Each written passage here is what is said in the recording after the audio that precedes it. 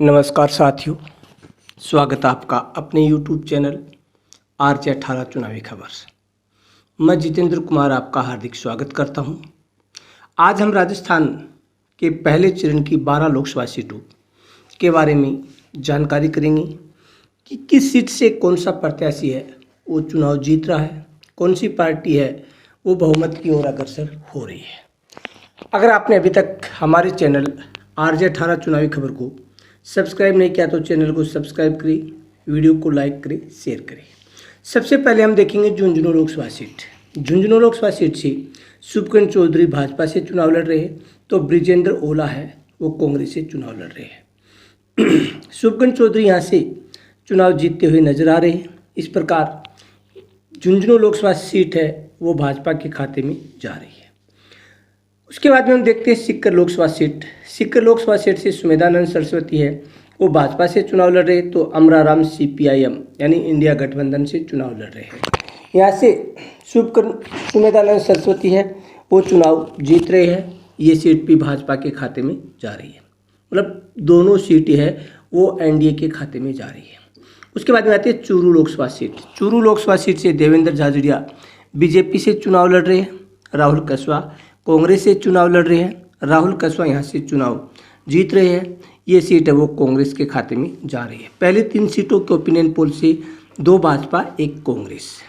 4 number seat है Bikaner seat. यहाँ से अर्जुन राम मेघवाल BJP से चुनाव लड़ रहे हैं, तो गोविंद राम मेघवाल है वो कांग्रेस से चुनाव लड़ रहे हैं। यहाँ से अर्जुन राम मेघवाल चुनाव जीत रहे हैं। ये सीट भी भाजपा के खाते में जा रही है। इस प्रकार से भाजपा 3 कांग्रेस 1।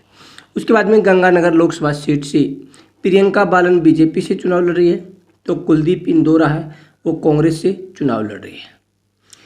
यहाँ पर दोनों की कड़ी टक्कर मानी जा रही है, लेकिन प्रियंका बालन ये चुनाव जीतने में सक्षम है, कामयाब हो सकती है, तो ये सीट है वो भी भाजपा के खाते में जा रही है।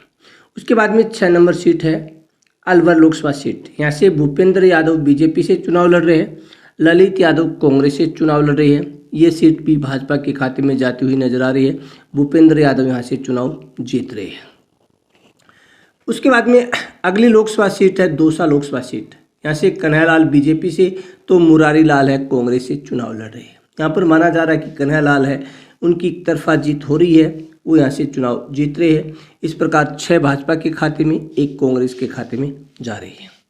उसके बाद में अगली लोकसभा सीट है, उसके बारे में हम चर्चा करेंगे भरतपुर लोकसभा सीट। भरतपुर से रामस्वरूप कोहली BJP से, तो संजना जाटव है वो कांग्रेस से चुनाव लड़ रही है। रामस्वरूप कोहली यहाँ पर एक मजबूत कैंडिडेट है, वो यहाँ से चुनाव जीत रहे हैं। इस प्रकार से भाजपा 7 कांग्रेस 1, यानी राजस्थान में भाजपा है वो काफ़ी बढ़त की ओर जा रही है। उसके बाद में जयपुर लोकसभा सीट से राव राजेंद्र सिंह BJP से, तो अनिल चोपड़ा कांग्रेस से चुनाव लड़ रहे हैं। यहाँ पर राव राजेंद्र सिंह काफ़ी मजबूत है, ये सीट है वो भाजपा के खाते में जा रही है। उसके बाद में अगली सीट है जयपुर ग्रामीण के बाद में आती है जयपुर लोकसभा सीट। यहाँ से मंजू शर्मा BJP से चुनाव लड़ रही है, तो प्रताप सिंह खाचरियावास है वो कांग्रेस से चुनाव लड़ रही है। यहाँ पर मंजू शर्मा है वो काफ़ी मजबूत है। जयपुर शहर सीट है BJP का गढ़ मानी जाती है। इस प्रकार से 10 सीटों में से 9 भाजपा के खाते में, 1 कांग्रेस के खाते में जा रही है। उसके बाद में अगली सीट आती है करौली धौलपुर लोकसभा सीट।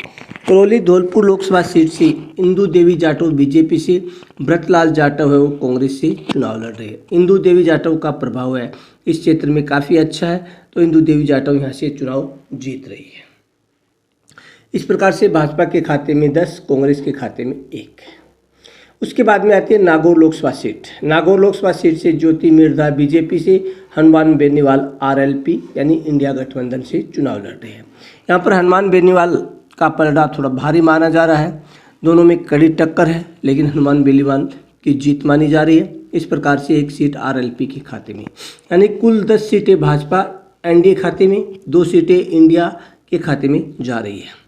आप भी सब्सक्राइब करके जरूर बताइए कि कौन से लोकसभा क्षेत्र से कौन सा प्रत्याशी जीत रहा है। जय हिंद।